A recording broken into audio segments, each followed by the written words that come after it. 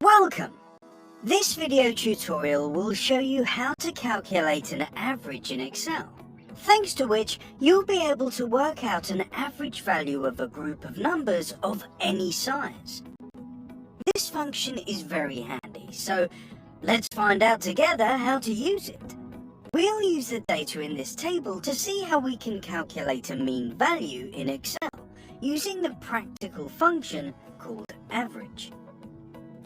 Imagine you need to find out how many sales per quarter, but also per employee, were made on average throughout the last year. As you already know, we must start with clicking on the cell where we want the result to appear. In this case, we'll use the cell G3. Here we'll get the average value of the number of sales John made for all 4 quarters. Type in the equal sign and start typing the word average. Excel will immediately offer various similar functions that start in the same letters. If you want to calculate the standard average value, double-click on average.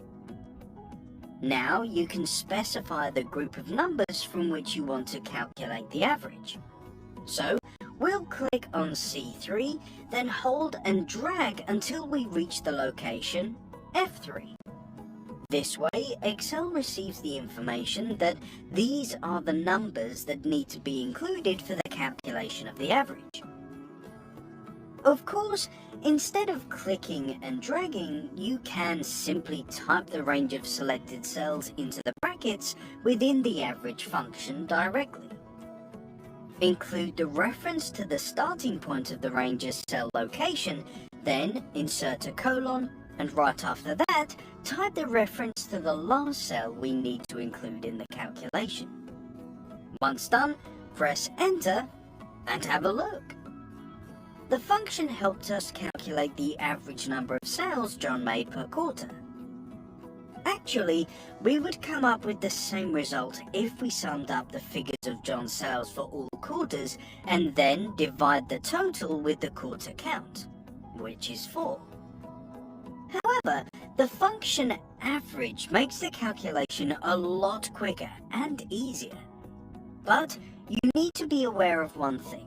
If you change data in the selected range of cells, the average function recalculates the result automatically. For example, if you overwrite the Q1 value with 321 with the number 217, the average will change, which will reflect in the target cell. So the result will always be up to date. And we're not quite at the end yet. If we need to calculate the average number of sales per quarter for other people in the table, it's an absolute doddle. Click on the cell containing the formula, place the pointer to the right bottom corner to see a little plus sign. Click and hold the left mouse button and drag through all the cells where you need the formula to calculate the averages. Easy, right? The average values per quarter have now been calculated for the other employees too.